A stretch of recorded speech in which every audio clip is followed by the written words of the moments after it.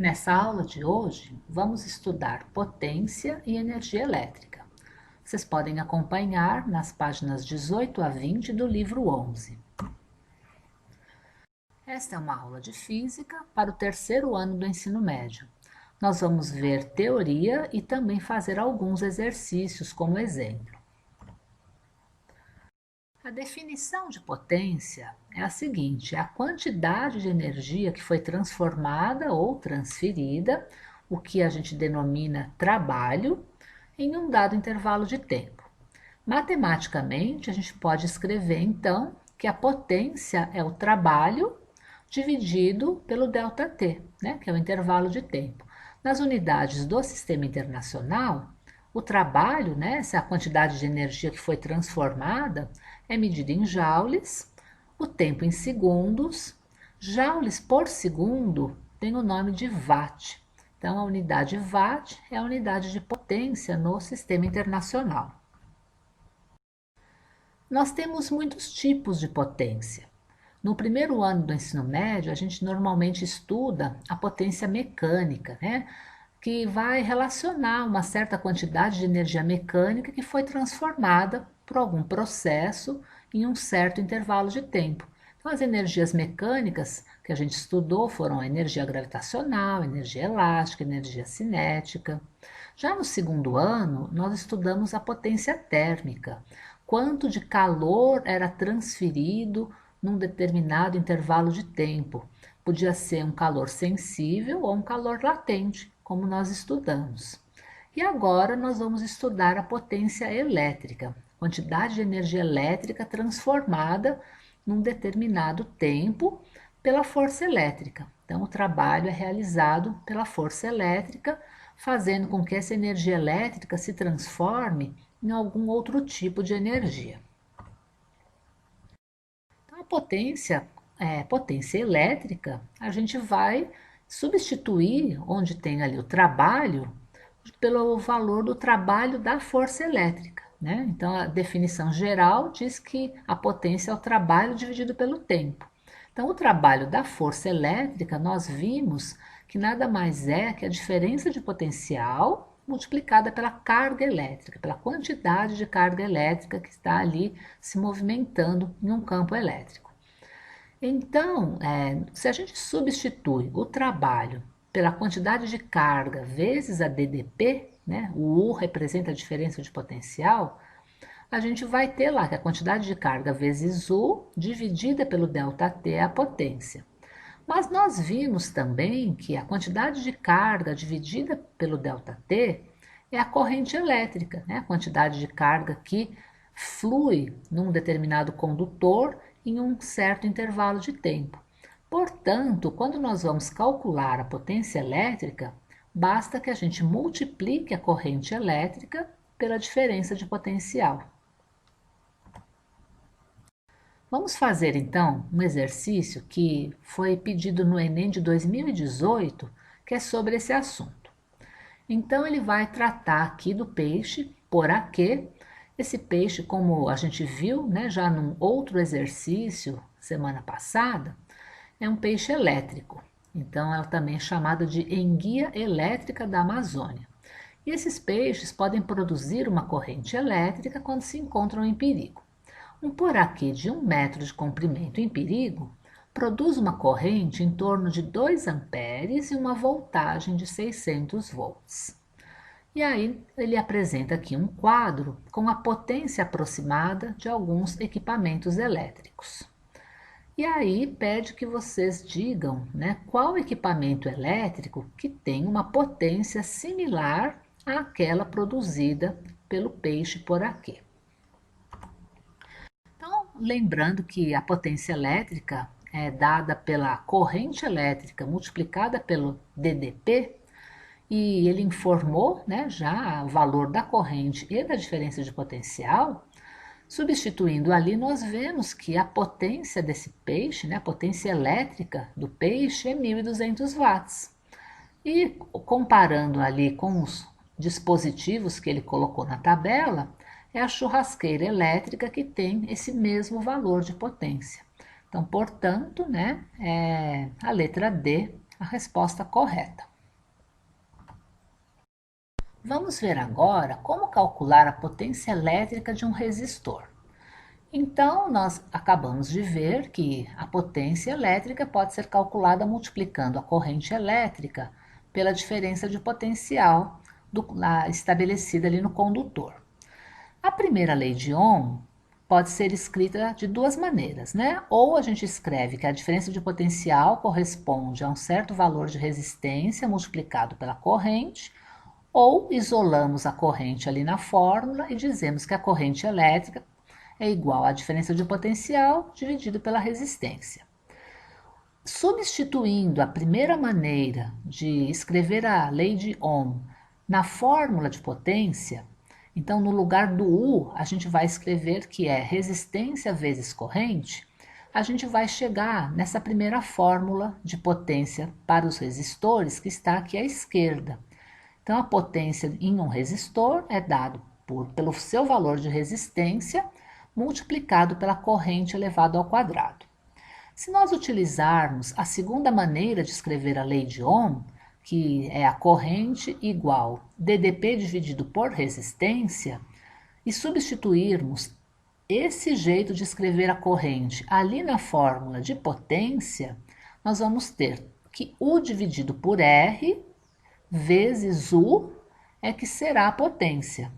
Então, vamos acabar com U ao quadrado dividido por R como uma outra maneira de calcular a potência.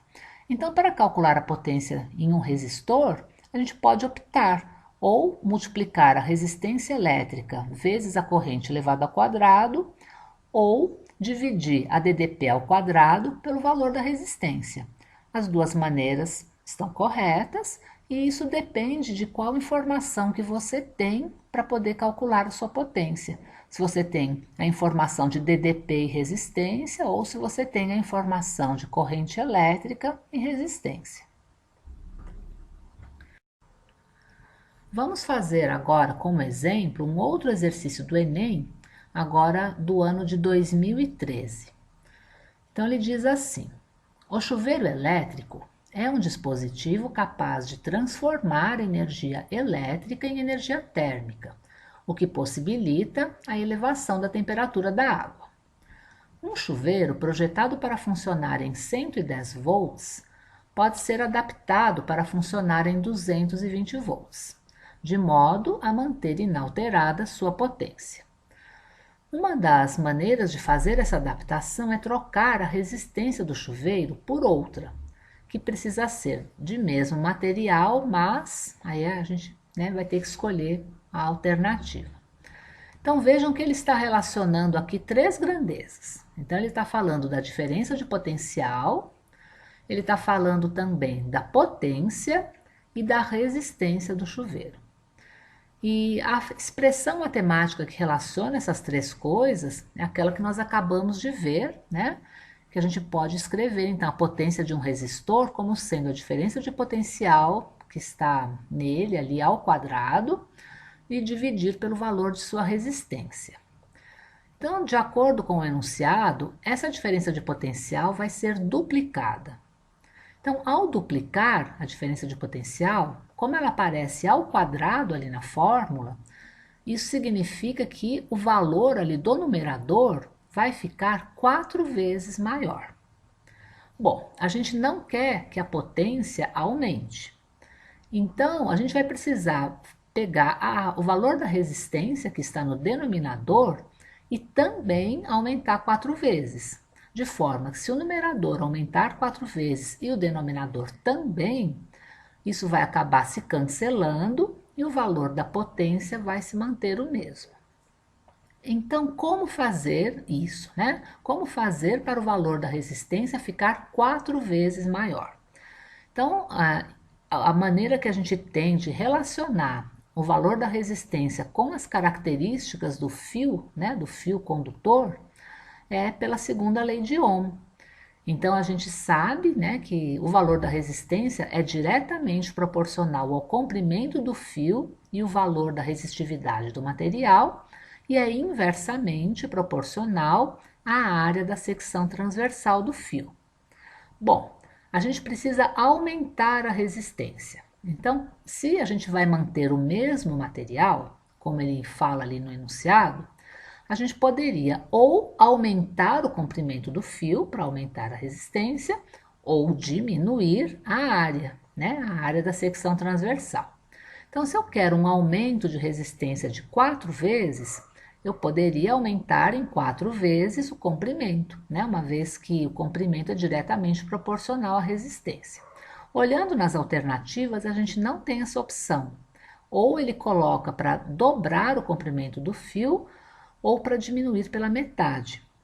Então, não vai dar para a gente mexer no comprimento do fio. A gente vai precisar mexer na área da secção, então. Olha, então se a gente quer que a resistência seja 4 vezes maior e a resistência inversamente proporcional à área, a área vai ter que ser 4 vezes menor. E aí a gente tem sim essa opção, né? Opção E é justamente essa, né? Então a gente teria que pegar, diminuir 4 vezes a área da secção reta do fio. É um exercício difícil, porque a pessoa precisa se concentrar ali, verificar qual é a expressão que relaciona as grandezas que ele está mencionando, né? Lembrar da segunda lei de Ohm e fazer com atenção, né, para não confundir aí nada. O próximo tópico que nós temos aí no nosso livro é o cálculo do consumo de energia elétrica. Então vamos lembrar aqui que essa energia elétrica consumida corresponde justamente àquela energia que foi transformada em algum dispositivo elétrico, que é o que a gente chama de trabalho, né? Trabalho nada mais é que essa quantidade de energia que foi transformada ali no dispositivo. E, portanto, se a gente utilizar a nossa expressão de cálculo de potência, a gente pode isolar o trabalho, multiplicando a potência pelo intervalo de tempo que o aparelho ficou ligado. Então, todas as vezes que a gente quiser saber quanto de energia um aparelho está consumindo, basta que a gente multiplique a potência dele pelo intervalo de tempo que ele ficou ligado. É muito comum a gente utilizar como unidade de energia elétrica, né? Multiplicar quilowatts como sendo unidade de potência por hora como sendo unidade de tempo. Então, não é essa a unidade do sistema internacional, mas no dia a dia é essa a unidade que a gente utiliza para o consumo de energia elétrica. Então, 1 kWh corresponde à energia consumida em uma hora por um dispositivo que tivesse uma potência de 1 kW. Fazer mais um exercício agora para a gente utilizar essa expressão de cálculo de energia elétrica. Então, considere uma máquina que tenha uma potência de 20.000 watts e que fica ligada a 8 horas por dia. Qual é a economia em reais no custo da energia se ela operar na bandeira amarela ao invés de na bandeira vermelha? Então, a gente na nossa conta de energia, a gente tem essas bandeiras, né? Que são valores que a gente precisa acrescentar para cada 100 kWh consumidos, né, na nossa casa. E no caso da bandeira amarela, para cada 100 kWh é necessário acrescentar R$ 2,50. E para, no caso da bandeira vermelha, esse valor de acréscimo, né, para cada 100 kWh é de R$ 5,50. Então, para poder descobrir aí o valor que a gente vai economizar, caso a gente utilize a bandeira amarela ao invés da bandeira vermelha, para o caso dessa máquina, então a gente vai fazer o seguinte. Então vamos primeiro descobrir quanto de energia que essa máquina está consumindo em um dia, né? Se ela fica em um dia ligada a 8 horas e tem potência de 20.000 watts, a energia, ou seja, o trabalho aí da máquina é 160.000 watts vezes hora, certo? Só multiplicar ali quantos watts por quantas horas que ficou ligado. Para a gente utilizar a unidade quilowatt, a gente vai, o quilo quer dizer 1.000, né? Então, ao invés de falar 160.000 watts hora, a gente vai dizer 160 kWh. Então, isso é quanto que a máquina consome de energia em um dia. Bom, nós vimos aí que na bandeira amarela o acréscimo para cada 100 kWh era de 2,50. Como a máquina consumiu 160 kWh, a gente tem que fazer uma regra de 3 e verificar, então, tanto na bandeira amarela quanto na bandeira vermelha, quanto que seria o acréscimo que teria que ser pago, né?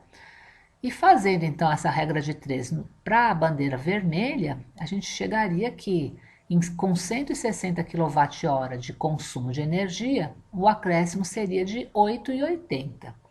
E já no caso de a gente estar na bandeira amarela, esse acréscimo seria de R$ 4, de forma que a economia, né, que a gente teria se a gente utilizasse a bandeira amarela ao invés da bandeira vermelha, ia ser de 4,80, que era a alternativa A.